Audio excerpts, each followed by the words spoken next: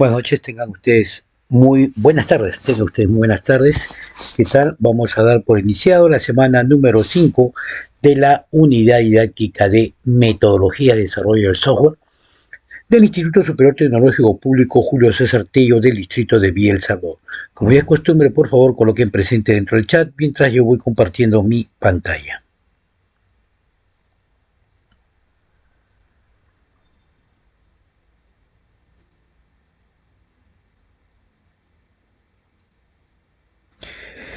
Tengo que hacer mis preguntas de rigor. Por favor, ¿se escucha mi voz y se ve la pantalla que estoy compartiendo?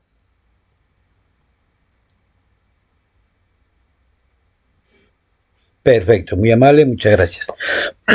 Entonces, el día de hoy, semana 5, semana del 12 al 16 de septiembre, vamos a ver todo lo que son las metodologías clásicas, ¿no? Los tipos que existen, cómo se desenvuelven cada una de ellas y cuál ha sido su funcionamiento a través del tiempo. Ahí está.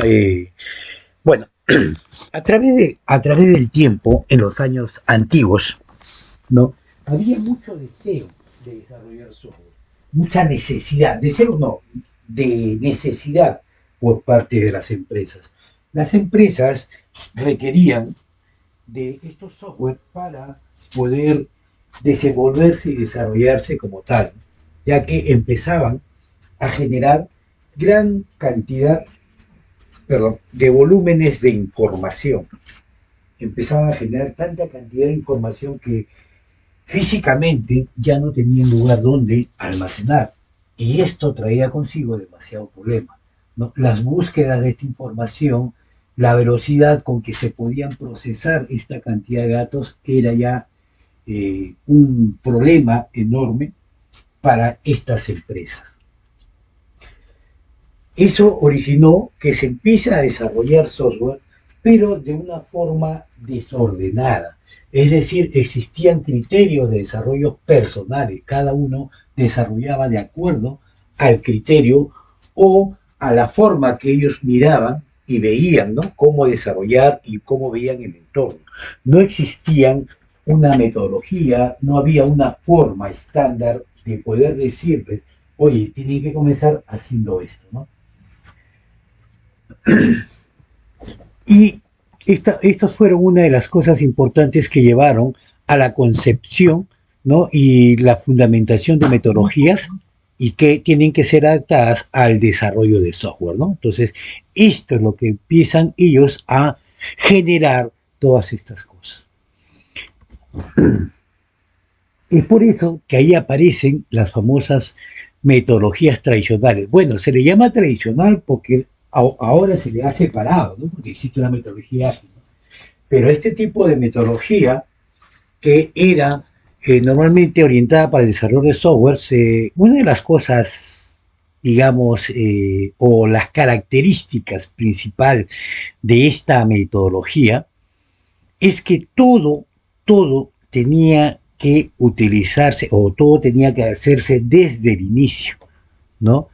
Todos los requisitos tenían que ser probados y comprobados desde el inicio, ¿ya? Tanto en todos los proyectos que se podían realizar.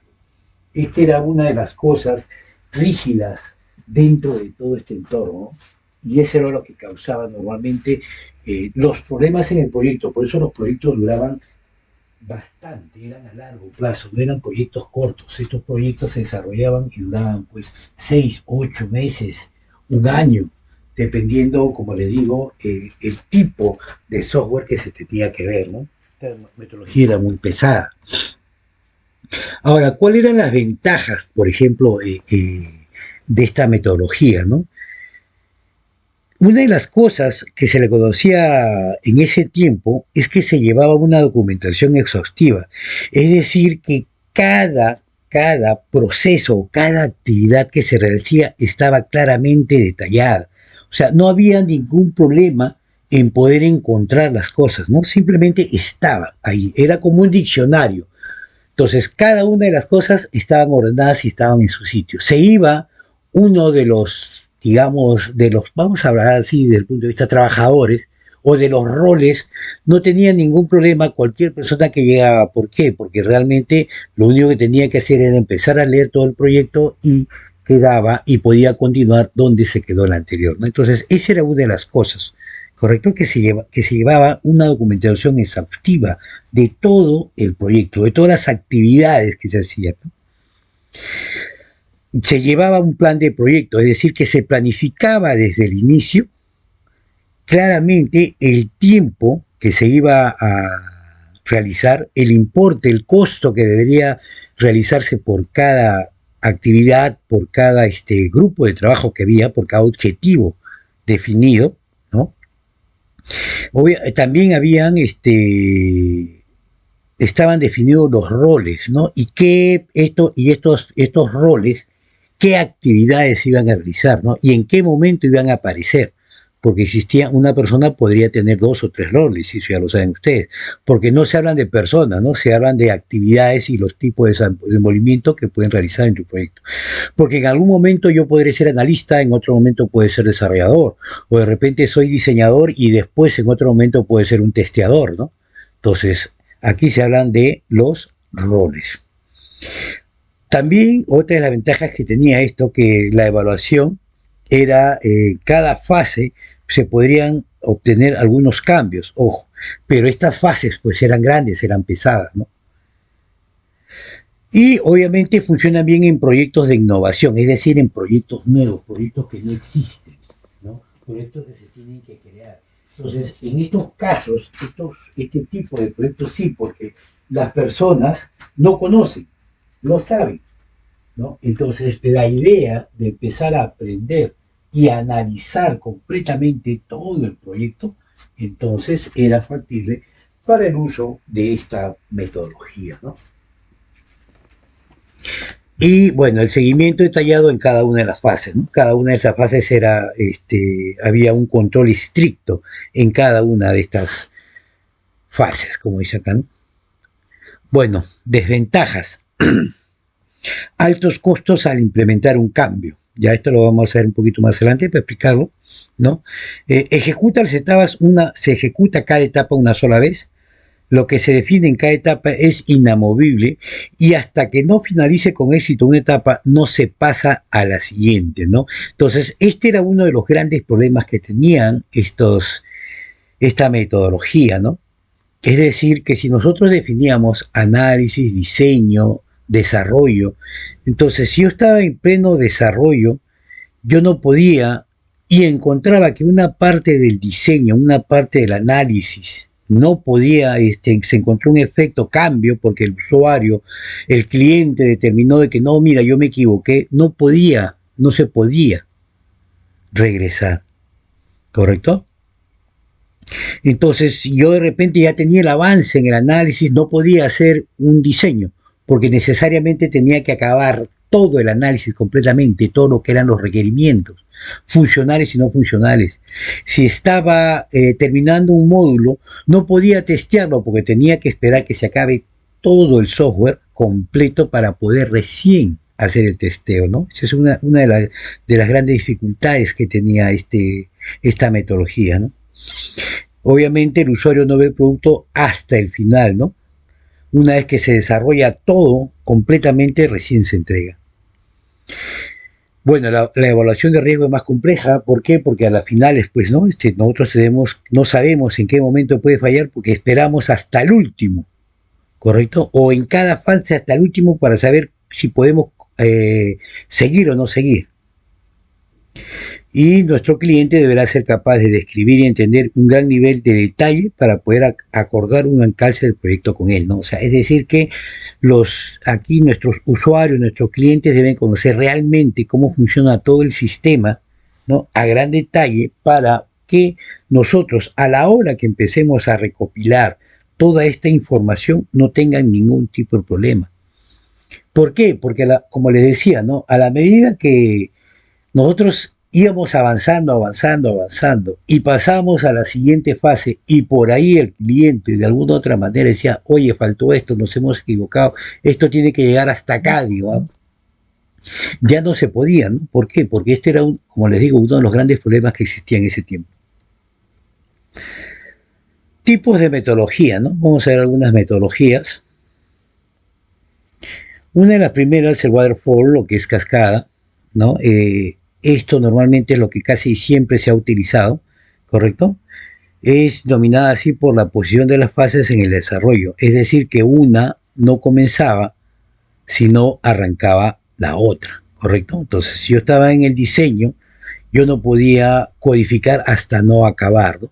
Y si estaba en la codificación, yo no podía ver parte del requerimiento o el análisis. ¿Por qué? Porque yo tenía que continuar y tenía que estar hasta el final en la implementación para recién poder regresar, ¿no? Entonces, y esa regresada, como le digo, ¿qué es lo que sucedía? Ahí es donde venía el problema.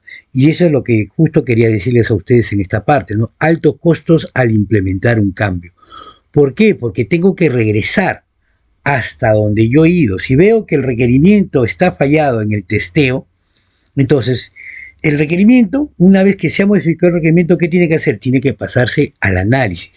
Pero el análisis de todo el proyecto, porque un requerimiento puede cambiar distintas cosas y se tiene que hacer toda esa parte del análisis. Al haber cambios en el análisis, necesariamente tienen que haber cambios en el diseño y se tiene que englobar todo y tiene que haber cambios en la codificación. ¿Y esto qué significa? Que vamos a necesitar más tiempo y se deben adaptar, porque se deben adaptar todos estos cambios en la documentación. Hemos dicho que tenemos una documentación muy rigurosa. Entonces, todas estas cosas traían como consecuencia, ¿no?, de que el tiempo de estos proyectos sean largos, ¿correcto? Eran demasiado largos. Ahora, este enfoque metodológico lo ordena rigurosamente en etapas del proceso de desarrollo, ¿no? De tal forma que el inicio de cada etapa debe esperar a la finalización de la etapa anterior, ¿no? Lo que les decía, o sea, no puedo continuar si es que no se acaba. Por más que yo pueda decir este módulo ya está correcto, en ese tipo de metodología había que esperar que todos los módulos estén diseñados completamente para poder trabajar, ¿no? Era una integración completa. Bueno, aquí se dividen en varias partes, ya esto lo hemos visto, pero también les vamos a recalcar, ¿no? Tenemos la parte de ingeniería y el análisis del sistema, que es la parte que nos permite a nosotros poder hacer, ¿no?, todas estas evaluaciones para poder comenzar, ¿no? Tenemos lo que es la ingeniería de requerimientos, de los requisitos o análisis de los requisitos del software, que nos permite a nosotros poder entender qué es lo que quiere y qué es lo que vamos a realizar, ¿no?, dentro del software.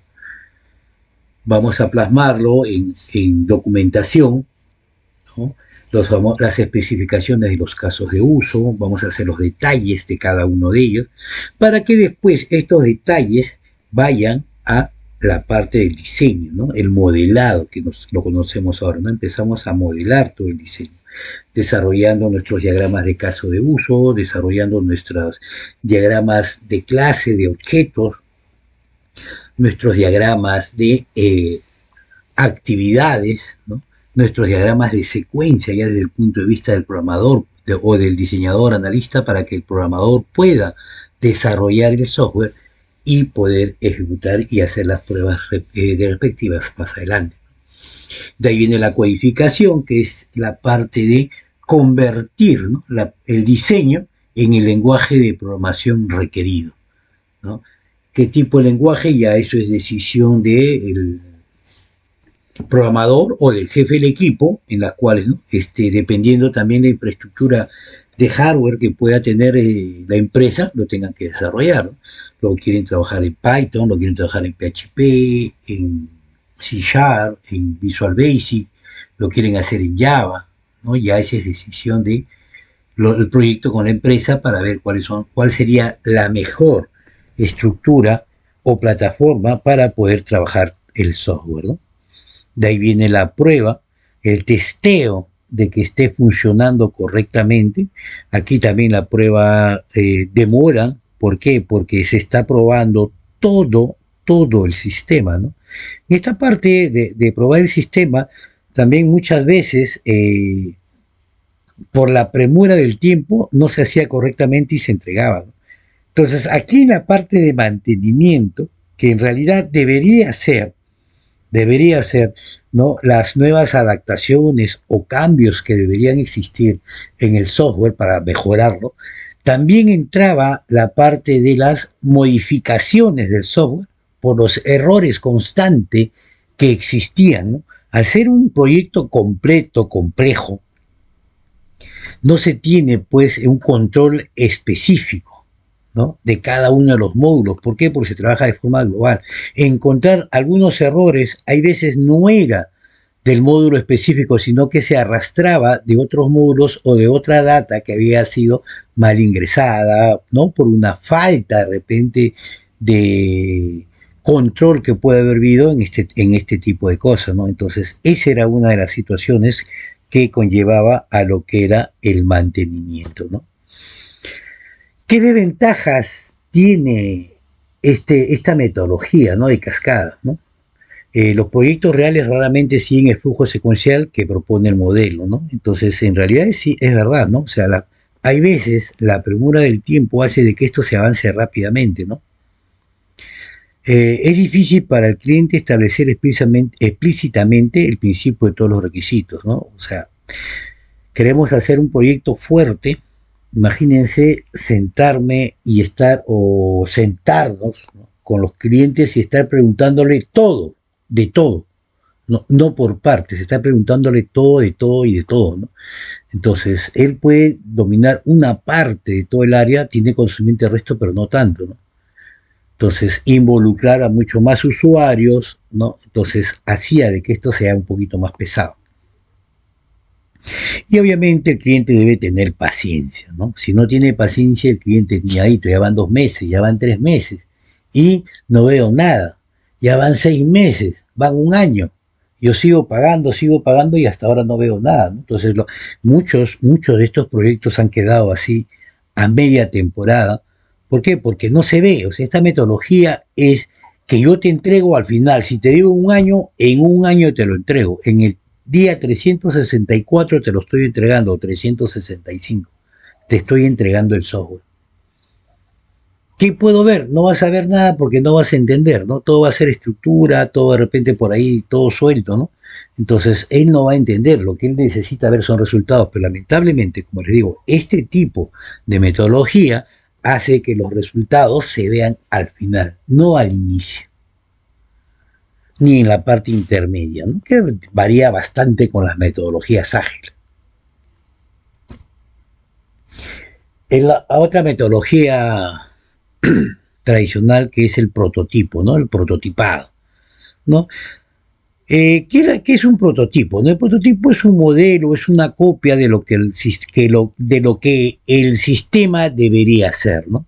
Una forma rápida que se tiene para mostrar, mira, el sistema va a ser así, mira el diseño, ¿no? De repente se puede trabajar desde el punto de vista de modelos o se puede mostrar ya desde el punto de vista de formularios. Ahora ustedes, por ejemplo, trabajan un prototipo, yo les puedo decir, háganme la estructura de todo un sistema modelándolo a través de C#. Ustedes me dicen, va a tener este formulario, este otro, y lo van haciendo ustedes en el mismo C#. Y no hay código, solamente máscara, solamente la parte del formulario, la máscara, ¿no? Ahí van a colocar ustedes su label, su textbox, de repente su combo board, radio button, checkbox, data grid, ¿no? Todas esas cosas. Pero solamente máscara, ahí está, los botones que van a utilizar y listo. Le van a colocar color y un montón de cosas, ¿no? Entonces, toda esa conjunción de datos, de diseño, podríamos hablar que es un prototipo, ¿no? Aquí ya es un poco mejor con lo anterior. ¿Cuál es la diferencia? ¿No? Porque aquí ya el cliente se va involucrando un poco, porque nosotros vamos a realizar estos prototipos. Ya vamos a estar haciendo modelos y estos modelos se van a estar visualizando a los usuarios, a los clientes, a aquellas personas que nos han contratado para poder realizar este trabajo. Entonces ellos van a empezar a mirar, van a empezar a observar y van a decir, esto no va así, esto debe ser de otra forma, esto no nos gusta, esto debería ser cambiado por tal cosa. Entonces ya existe un poquito más de interacción desde el punto de vista de modelado, no de los requerimientos, ¿no? Podemos colocar un poco de requerimientos, es decir, un poco de código sin tener que alterar demasiado las secuencias y se le puede también entregar al usuario. Mira, estos van a ser los resultados de acuerdo a la información que nosotros hemos recopilado, ¿no? Estos van a ser los reportes que tú vas a necesitar, modelos simplemente, ¿no? Entonces ellos también, a ver, no necesito esta información, si la necesito, entonces se puede trabajar de una forma más asertiva, ¿no? Entonces el usuario ya participaba, ¿no? ¿Correcto? Entonces, obviamente que esto era construido de una manera rápida, pues, ¿no? Pero la idea era presentarlo y que el usuario vaya utilizando. Ahora, una de estas cosas que se tienen, ¿no? Es de que podría ser reutilizado más adelante, ¿no? ¿Qué ventajas y desventajas tiene el uso del prototipo, ¿no? Bueno, cuando los requerimientos son cambiantes, este es fácil, ¿no? Porque se modela, porque prácticamente lo que hacemos nosotros es modelar. Y como son prototipos, son rápidos de ser modificados. Entonces se cambiaron algunos requerimientos y automáticamente también se pueden cambiar estos prototipos, ¿no? Cuando no se conoce bien la aplicación, ¿por qué? Porque nosotros podemos dar una idea, como hemos dicho que en este modelado el cliente debería tener mucho conocimiento con respecto. De repente, el cliente no conoce mucho, ¿no? Y lo que hacemos, estamos hablando de nosotros, y lo que hacemos es generar de acuerdo a nuestro criterio unos prototipos, ¿no? Entonces, cuando no se conoce bien la aplicación, ¿no? Cuando el cliente no conoce, entonces nosotros de repente podemos dar propuestas. Y ellos van a entender un poco mejor, ay, pueden decir, sí, está bien, esto podría ser de esta forma, ¿no? ¿Ya? Cuando el usuario no se quiere comprometer con los requerimientos, lo mismo que anterior, ¿no? No conoce, entonces, ¿qué es lo que hace? Entonces nosotros somos los que le vamos dando todas estas opciones, ¿no? Cuando se quiere probar una arquitectura o tecnología, cuando se requiere rapidez en el desarrollo, ¿no? Obviamente que estos prototipos me permiten a mí poder trabajar mucho mejor, ¿no? Todas estas cosas. Porque ya ver algo, ojo, a no ver nada, imagínense, ¿no? Entonces ya el usuario, desde ese punto de vista, o el cliente, pues, ¿no? Y ya desde ese punto de vista ya está visualizando, está mirando qué es lo que él puede obtener en un determinado tiempo, ¿no? De acuerdo al contrato que hayan hecho.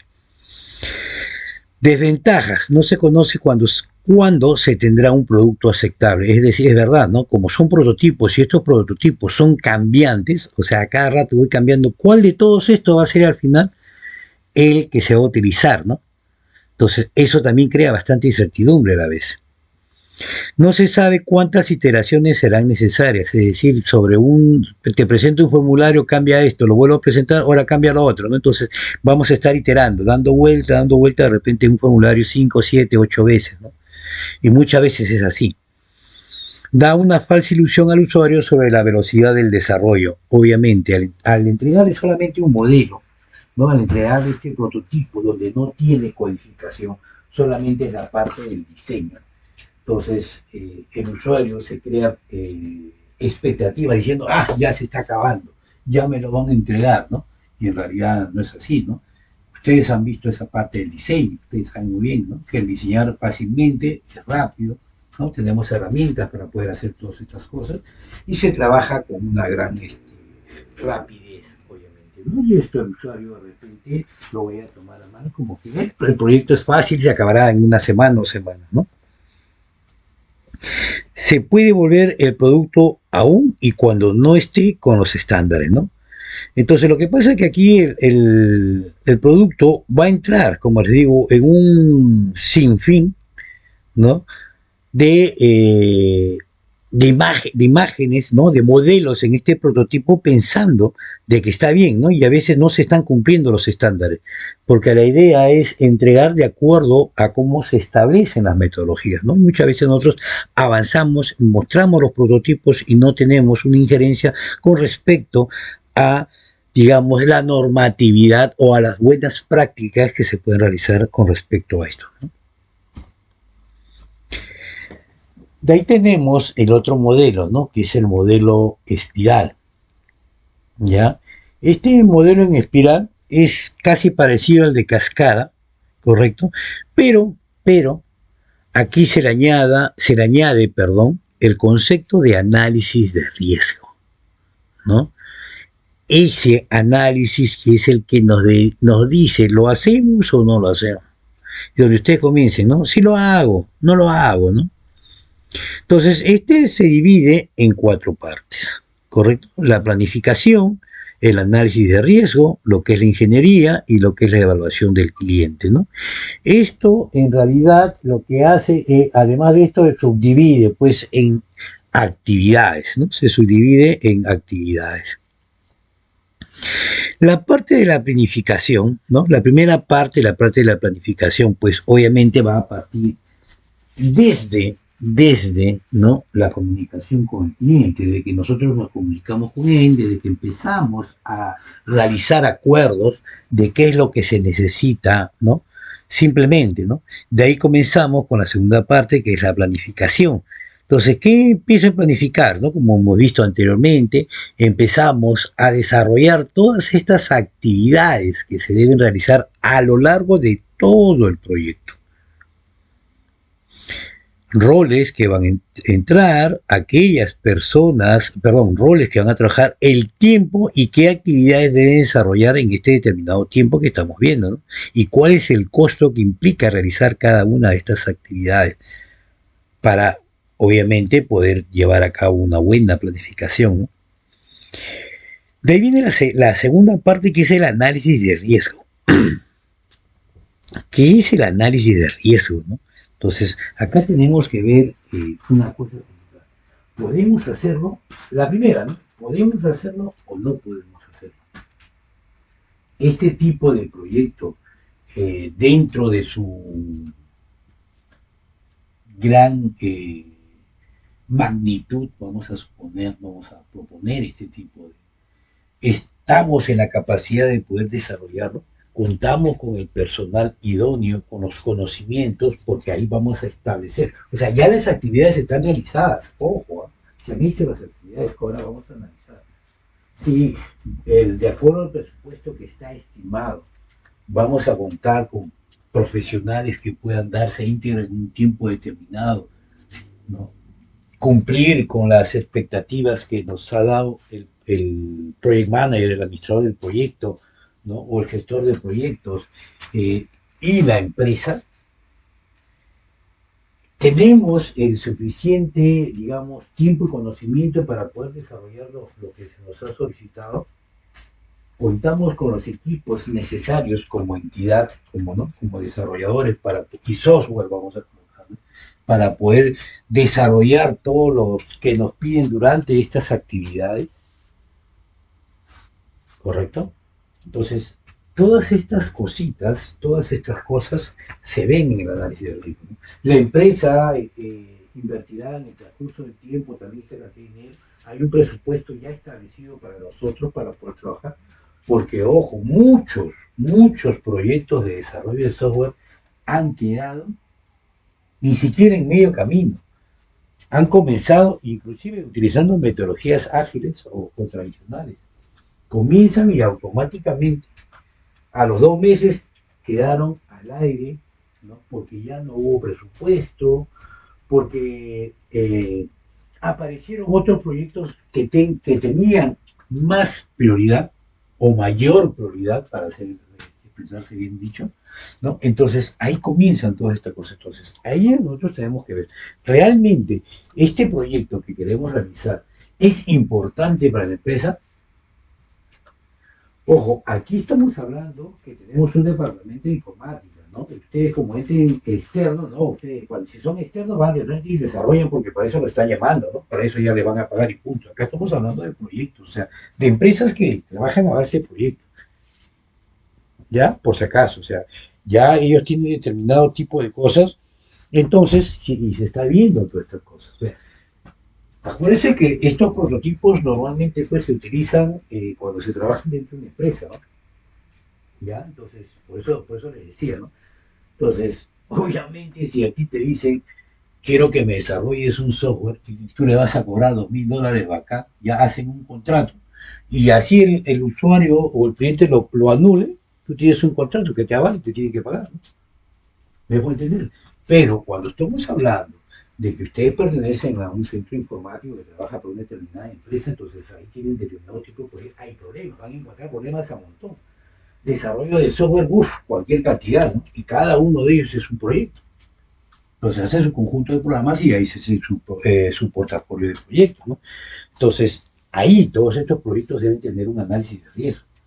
Van a invertir porque a las finales se va a invertir, ¿no? De todas maneras existe una inversión, o sea, formar, desde que tú estás elaborando un proyecto, y hay una inversión. No inversión tuya, sino que inversión de la empresa, ¿no? Entonces, ahí existe un análisis de riesgo. Comienzan, ya está bien, ¿no? Y de repente aparece, sabiendo que tienen otra cantidad de proyectos, es aprobado, ¿no? Entonces, aquí es donde ustedes determinan. Este proyecto no tiene mucha importancia, ojo, todo proyecto puede ser realizado, pero también debemos tener la capacidad de poder darle prioridad, ¿no? ¿Cuál de todos estos proyectos deben ser ejecutados rápidamente y cuál es después, ¿no? Donde no tienen mucha prioridad? Entonces, eso también se tiene que determinar. ¿Dónde va a haber menos esfuerzo? ¿Dónde va a haber mayor esfuerzo para poder realizar todo este tipo de cosas? Y de ahí ya viene la parte de ingeniería, que es la parte pues, que hemos visto, ¿no? Que hacemos la recopilación de requerimientos, de ingeniería de requerimientos, viene el análisis, viene el diseño, ¿correcto? Viene el desarrollo y todas estas planificaciones que ya hemos visto anteriormente. Y por último viene la evaluación del cliente. El cliente evalúa, correcto, evalúa cómo está el proyecto, si está trabajándose de acuerdo a los requerimientos y lo que hace, ¿no? Este es prácticamente una parte casi intermedia con el ágil, ¿no?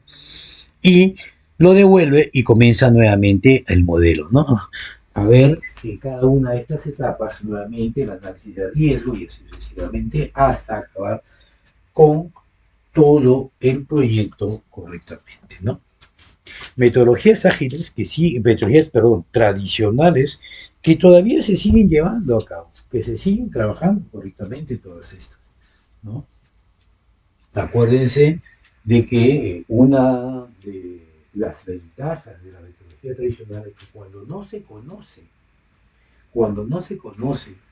el proyecto, cuando no se conoce este tipo de software que se va a realizar, o sea, innovador, pero ¿cuándo es innovador? Cuando nosotros no conocemos. Nadie de ustedes tiene una experiencia para poder desarrollar. Entonces, obviamente debe utilizar como parte primordial la metodología tradicional, ¿no? Para empezar a conocer cómo funcionan los sistemas, ¿no? Para más adelante, cuando ya tengan la calidad, pasar de repente ya a ser, ¿no?, un desarrollador de tipo Scrum, ¿correcto? Utilizar lo que se utiliza normalmente en ese tiempo, ¿no?, que es la parte más fácil, pero como les dije anteriormente, deben ser personas que tienen gran cantidad de ¿ya? Acuérdense que una metodología ágil nos enseña muchas de las cosas, ¿no?, que están plasmadas en la metodología ágil. El análisis, el diseño, ¿no?, los requerimientos, el desarrollo sobre todo, ¿no? Ojo, cuando hablamos de desarrollo no estamos hablando de lenguaje de programación. Muchos se confunden, yo soy programador en C Sharp, yo soy programador en Java. Ojo, ese simplemente es ser traductor.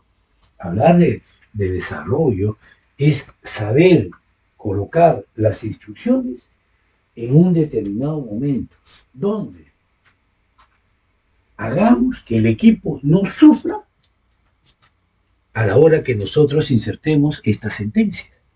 Esa es la idea del desarrollador, ¿no? Nosotros podemos decir, profe, ya tengo mi programa, perfecto, ¿no? Como les decía anteriormente, las metodologías nos enseñan eso, no nos enseñan a nosotros el lenguaje de programación, porque eso lo pueden aprender en cualquier lado, es cómo aplicarlos dentro de los problemas que realizan, a través de la lógica. Ustedes han llevado lógica de programación.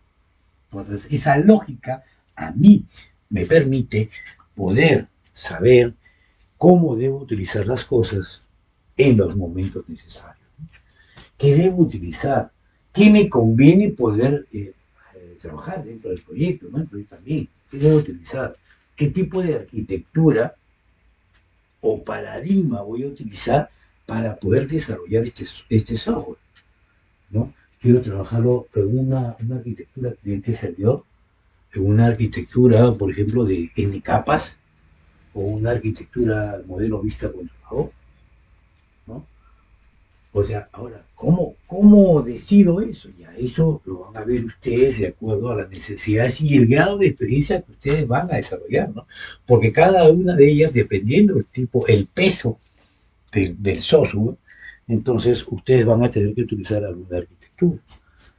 Entonces, si esto se ciñe más al tipo de desarrollo que ustedes utilizan, entonces se trabaja de esta forma, ¿no? Hoy día ya vamos a ver específicamente algo bien claro para que tengan ustedes una idea de cómo se desarrolla el software, cómo se estructura, porque eso lo vamos a tocar después, ¿no? Y que puedan realmente, ¿no?, establecer todos estos parámetros que se les dice, ¿no? Porque se les enseña en realidad programar, ¿no? Como dicen, yo te enseño los códigos, ¿correcto? Ya la lógica te la han enseñado. Ahora, lo que debemos nosotros es, a través de prácticas, a través de lo que podemos llegar, es cómo ustedes pueden determinar cuál es la mejor manera de colocar los códigos. Me conviene trabajar con clases, me conviene trabajar por capas, me conviene trabajar, no sé, de una forma modular, ¿no? Me conviene trabajar por distintos proyectos y después enlazarlos. O sea, ¿cuál es la mejor forma? Esto es un conjunto de conocimientos que ustedes a través de todo este tiempo se les va a entablar para que puedan ustedes al final definir qué es lo que quieren. ¿Correcto? Listo. ¿Alguna consulta, por favor?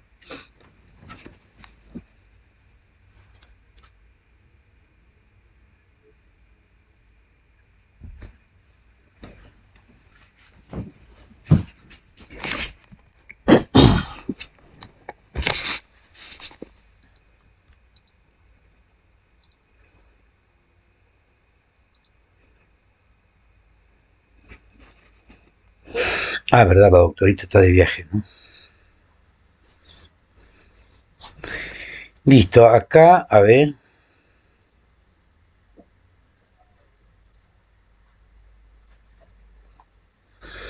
Aquí tienen ustedes una tarea que es para ser entregado el día domingo, correcto, por el grado de dificultad que tiene, ¿ya? Acá tienen ustedes tres metodologías, ¿correcto? Sobre el proyecto que ya tienen pensado ustedes realizar al final, porque ya este jueves definimos los grupos, que tienen pensado realizar, ¿correcto? Van a realizar este proyecto utilizando una de estas tres, en espiral, en cascada o en prototipo, ¿no? Pero lo van a empezar a desarrollar y van a hacer su estructura, ¿correcto? Por si acaso, ¿ya? Personal todavía no es grupal, ya grupal será a partir de la otra semana, ya empezamos a trabajar con grupos, por favor, pero ya pueden utilizar como base lo que van a ir presentando ahora, pues no hay ningún problema. La idea es que lo hagan personal y ya después se va a trabajar de forma grupal, ¿correcto? Tienen para entregar hasta el domingo a la medianoche, ¿correcto? Utilicen el criterio que ustedes tienen, no se me pulan, por favor, utilicen los criterios que ustedes tienen, ¿no? Para poder desarrollar y entregarlo, ¿no? Este documento. Utilicen ustedes cualquiera de estas tres estructuras y de acuerdo a eso ustedes lo desarrollan. ¿Correcto?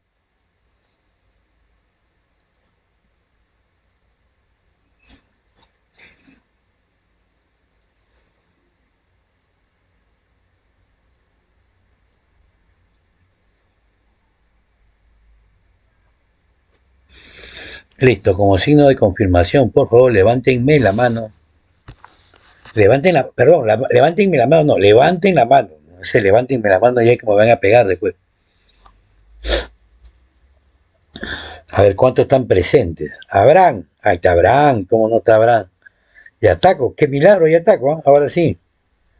Mirta, ajá, ahora le tocó a Mirta. Mirta, Inés, ¿estás?